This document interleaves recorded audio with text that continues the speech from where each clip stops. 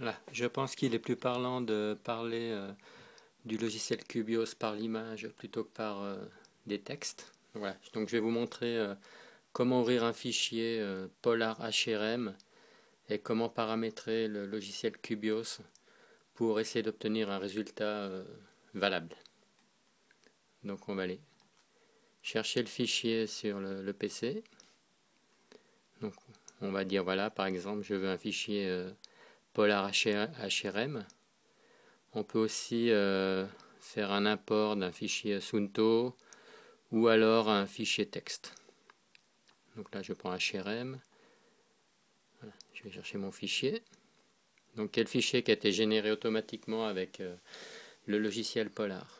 Donc voilà à quoi ça ressemble. Alors l'idée c'est toujours un petit peu utiliser les mêmes paramètres et le même processus pour essayer d'avoir une répétitibilité des mesures. Donc là, la première chose que je fais en général, c'est d'aller sélectionner une fenêtre qui semble stable et correcte. Donc là, je pense que c'est décubitus. Donc là, c'est le sujet est allongé, suivi de 5 minutes orthostatique, donc en position debout. Donc pour l'exemple, on va prendre la position couchée, sachant que c'est le même principe pour étudier la position debout. Donc faut aller prendre le bord de la fenêtre et on le tire, voilà, jusqu'à obtenir la fenêtre de tir. Voilà, je vais prendre là comme ça. Voilà. Donc là, on a en gros une distribution homogène, donc susceptible d'être correcte.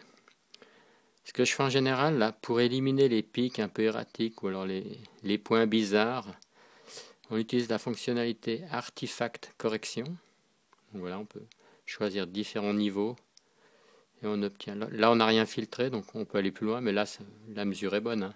Voilà. Là, on voit un petit point qui disparaît. Si je vais à very strong, par exemple, voilà.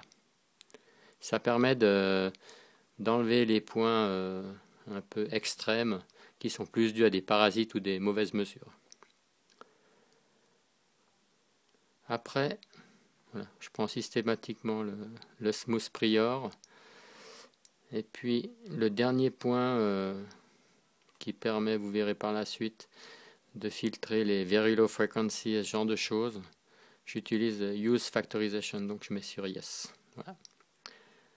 Donc là, on a sélectionné la fenêtre de tir, éliminé les points extrêmes, et puis mis sur... on a seté la fonction Use Factorization. Voilà. Donc en général, je ne fais rien d'autre. Et puis après, on va aller voir Frequency Domain. Voilà.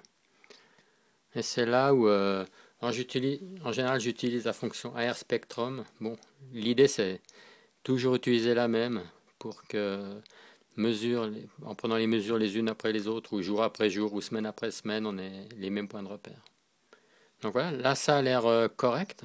Donc on voit bien les deux pics. Donc la fonction jaune, le haute fréquence qui est représentatif du système parasympathique, et le système bleu qui est le système sympathique. Donc en gros le jaune, ça c'est censé représenter la fonction à l'état de repos, et en bleu la branche sympathique qui est la branche qui est active en position de stress ou d'effort. Voilà. Donc une fois qu'on a fait ça, on peut sauver le fichier. Donc voilà. Donc là, il va sauver plusieurs types de fichiers, dont le fichier PDF. On fait Save. Bon, il existe déjà, alors je le refasse.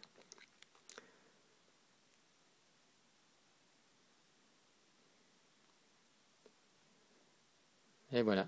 Donc c'est dans la boîte. Merci.